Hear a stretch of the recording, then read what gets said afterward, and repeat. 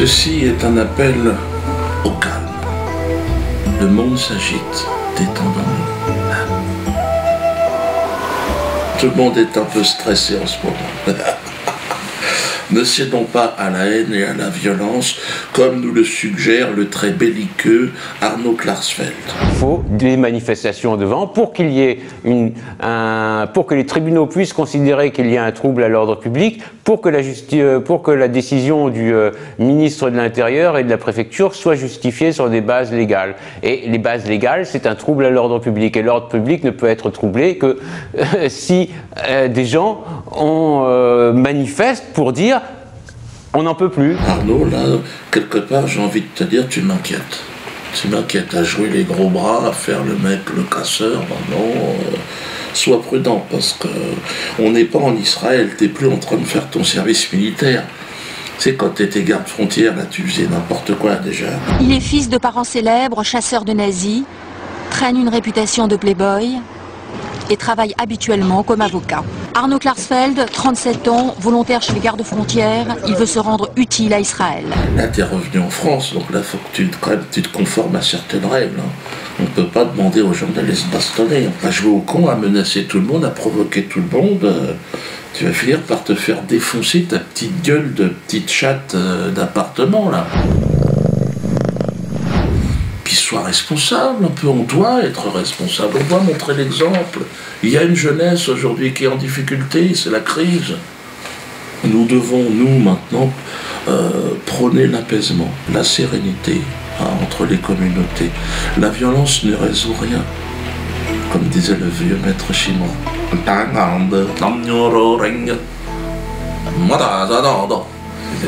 suis un petit peu développé. Si tu veux débattre avec moi, Nono, moi je veux bien, je suis ouvert en plus au débat. Pourquoi on ne parlerait pas?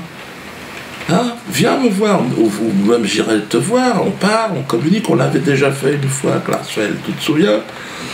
Là, on peut parler de chambre à gaz. Apparemment, tu as envie de parler de chambre à gaz. Parlons-en. Bon, je ne suis pas sûr d'être très précis là-dessus. Hein. Il y a Robert autrement, Robert Forisson, si tu veux, lui, je peux lui demander de te donner son contact. Mais bon, là, je sais pas si... Bon, après, tu vois, Robert, tu sais, on a fait un clip, tiens, regarde. Chaud ananas. Oh, chaud ananas. Ah, il aime aussi la danse. Alors oui, tu parles de chambre à gaz parce que comme quoi j'aurais plus ou moins dit à Patrick Cohen que je souhaitais que, enfin je regrettais qu'il ne soit pas mort dans une chambre à gaz, mais c'est pas du tout ça que j'ai dit. Ah, il y a méprise les gars là. Patrick Cohen a fait une liste noire de personnes que l'on ne doit pas interviewer dans les médias. Quand je pense à ça, c'est dommage qu'ils aient arrêté les chambres à gaz. Ils ont monté ça, ils ont juste sorti un petit bout, mais t'as pas... Mais non, c'est pas ça. Patrick Cohen a dit que j'avais un cerveau malade. Écoute-le. Est-ce que vous continuerez d'inviter Tariq Ramadan, Dieudonné, Alain Soral, Marc-Édouard Nab? On a une responsabilité quand on anime une émission de débat public, on a une responsabilité, par exemple, de ne pas propager les thèses complotistes, de ne pas donner la parole à des cerveaux malades, parce que dans les gens que j'ai cités, je pense qu'il y a des cerveaux malades. Tu comprends? Donc moi, sur scène, je m'interroge, je dis, ben ouais, mais dis donc, comment ça, j'ai un cerveau malade? Et le procureur, il poursuit pas, là? Alors à moins que Patrick Cohen soit neurologue en fin d'après-midi, mais là, on n'est pas au courant de ça, nous. J'ai un cerveau malade, je t'emmerde, attends. Alors j'ai dit, c'est là, j'ai dit, bon voyons, les chambres à gaz, dommage. Ah ben c'est normal, puisqu'il dit que j'ai un cerveau malade, réfléchis. Alors toi, tu prends cette phrase sortie d'un contexte humoristique où les gens se pissent dessus, ils se marrent. Dis donc, continue. Et puis toi, tu dis, ah non, regarde, les chambres... Mais non, ça fait un bout de temps qu'ils en veulent à mon cerveau, tu sais. Grosso modo, je suis un singe, c'est ça qu'ils prétendent. J'ai quand même le droit de m'exprimer. De toute façon, s'il y avait un procès sur ce truc-là, de Patrick Cohen, je serais partie civile, moi. Mais oui, dis donc, parce que c'est sur les bases d'une émission qui a volé des images de mon spectacle. Donc, quoi qu'il arrive, je suis là. Allez-y. Je suis partie civile dans cette affaire. Et je vais gagner. Hein. Ben oui, qu'est-ce que vous voulez... C'est n'importe quoi. Alors, il faut arrêter des conneries. Ça va. Klarsfeld, détends-toi le sphincter. Hein.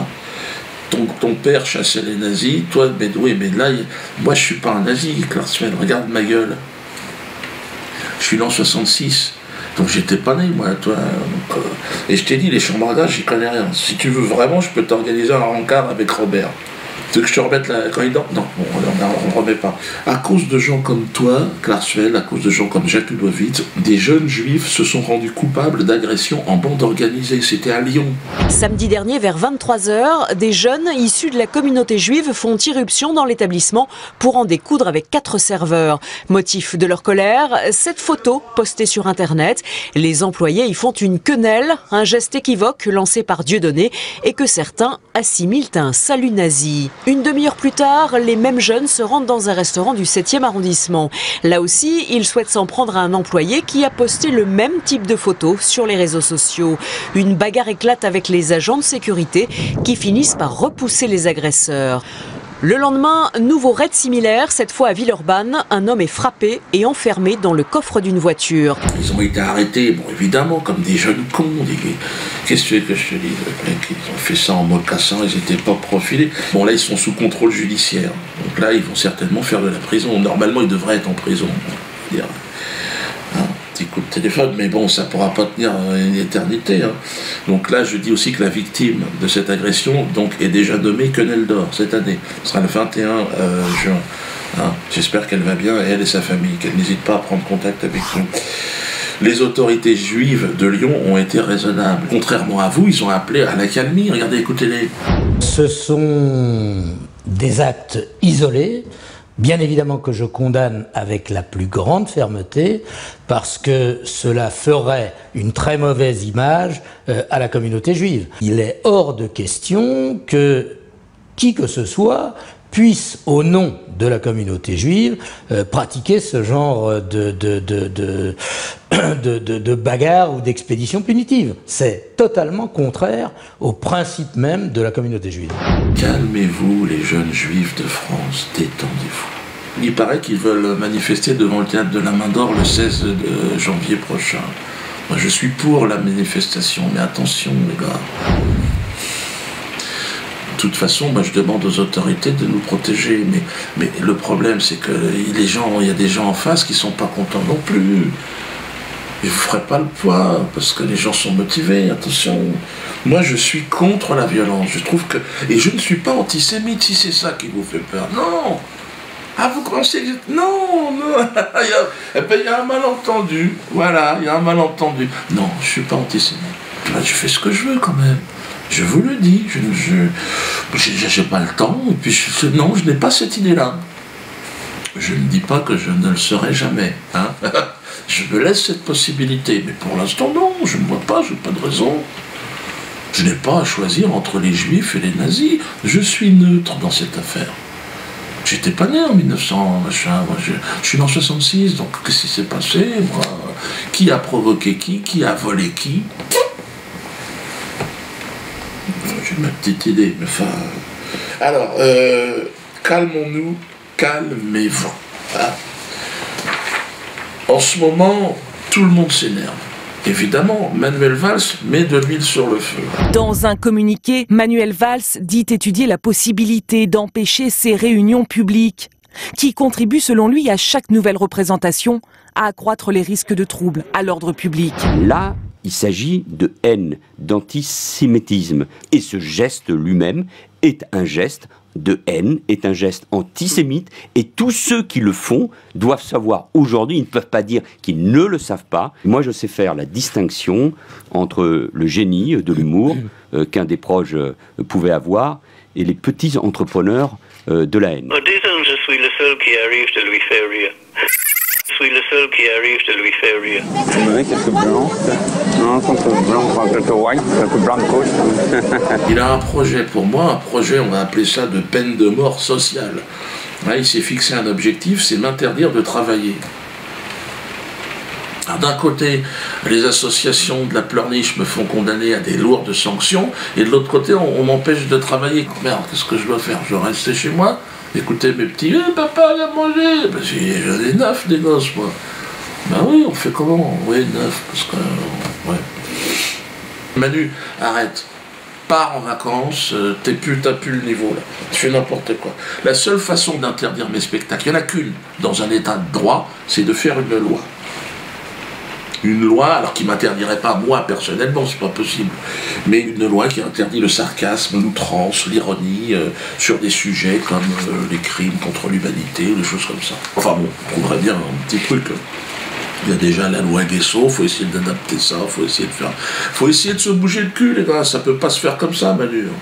Là, tu fais n'importe quoi. Alors, je sais que tu veux être président, et que tu veux plaire aux banquiers pour qu'ils te filent un peu de pognon et qu'ils te mettent la couronne sur la tête, mais essaye de faire ça proprement. Ce qui est étrange, évidemment, c'est que sur certains sujets, ça restera open bar. Et ça l'est, d'ailleurs. Regardez sur la traite des Noirs, comment ça se passe. Alors, il y a le film, évidemment, Casse Départ, là. Oh non, mais ces nègres, ils ont des pieds à la place des mains. Et des mains à la place des pieds. Comme tous les singes, madame. Dans quel monde vivons-nous? Pire encore, François Hollande, premier président en exercice, elle a ramené sur la traite des Noirs, putain. On lui avait rien demandé au mec. Puis il a levé la main, bon, j'ai une idée par rapport aux négros, tout ça, il n'y aura pas de réparation. Merde.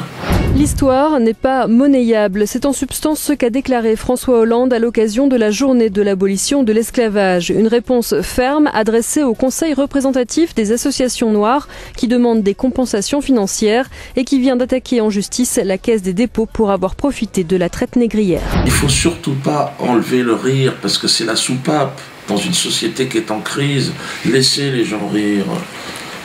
Vous vous rendez compte qu'en Martinique, aujourd'hui, au moment où on parle, vous savez que les béquets, parce que là, c'est directement lié, les béquets en Martinique, ils représentent 1% de la population, ils ont 90% des terres agricoles encore aujourd'hui. Les mecs, ils ont fait toute leur fortune sur le commerce des Noirs, ils s'en sont encore plein les poches, et ils ont passé la Révolution française, tout, la monarchie, les républiques, toutes les républiques. Bonjour, monsieur le président, de droite, de gauche. Et c'est moi le raciste. En plus, ils se mélangent pas parce que c'est pour la pureté de la race. Eux, ils sont complètement dingues, les béquets. C'est dans ce contexte, d'ailleurs, on parle des béquets de la Martinique, que j'ai reçu avec la plus grande fierté, là je deviens un peu plus sérieux, le soutien de Nicolas Anelka, qui nous a gratifié d'une quenelle historique. Regardez. Nicolas Anelka a reproduit le geste si polémique. La Ligue contre le racisme et l'antisémitisme s'en est pris de son côté à la personne de Nicolas Anelka. Nicolas, tes ancêtres peuvent être fiers de toi, vraiment. Tu es le Mohamed Ali français. C'est celui qui dit non, c'est le nègre qui s'oppose, qui se lève, qui se redresse. Canel. Mais pourquoi Canel, un ami, tu aurais même pu dire le frère Dieudonné. Nous sommes finalement le maillon d'une chaîne qui se referme sur une autre. L'esclave, il n'est pas loin. Et puis cette libération par la quenelle, elle concerne tout le monde. C'est pas seulement une histoire des négros. Il y a aussi, regardez, en Belgique, Laurent Louis. Je vous remercie. Il me reste juste une chose à faire. Et je crois que le Parlement le mérite bien, c'est ceci. Parce que on est tous esclaves de ce système. Il faut qu'on se libère. Et là, je pense que 2014 va devenir l'année de la quenelle. Libérons-nous des béquets et des banquiers, ce sont les mêmes. Interdire mon spectacle, mais qu'est-ce qui va se passer, François? Qu'est-ce qui va se passer? Vous croyez quoi? Que les gens vont dire, oh, mais il n'y aura plus aucun spectacle qui va pouvoir se jouer. Le trouble à l'ordre public, si vous l'entretenez, ben, il y en aura partout. Et puis c'est facile d'arrêter un spectacle, hein, des boules puantes. Bon, les coups de téléphone, là, ils disent qu'ils vont envoyer des menaces d'alerte à la bombe dans mes spectacles. Mais dans tous les cinémas, il y aura des alertes à la bombe. Partout, dans tous les lieux publics, vous croyez que c'est... Calmons les choses. Hein? Zen attitude. Hein? François, tu la sens évidemment, qui se glisse dans ton cul, à la quenelle. Parce que je ne pense pas que tu iras à la fin 2014. À mon avis, tu vas être obligé de... Mais il ne faudrait pas que Valls prenne ta place, parce que...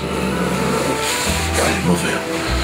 Il est mauvais. Alors moi, ce que je te conseille, François, en attendant que ton départ très très proche,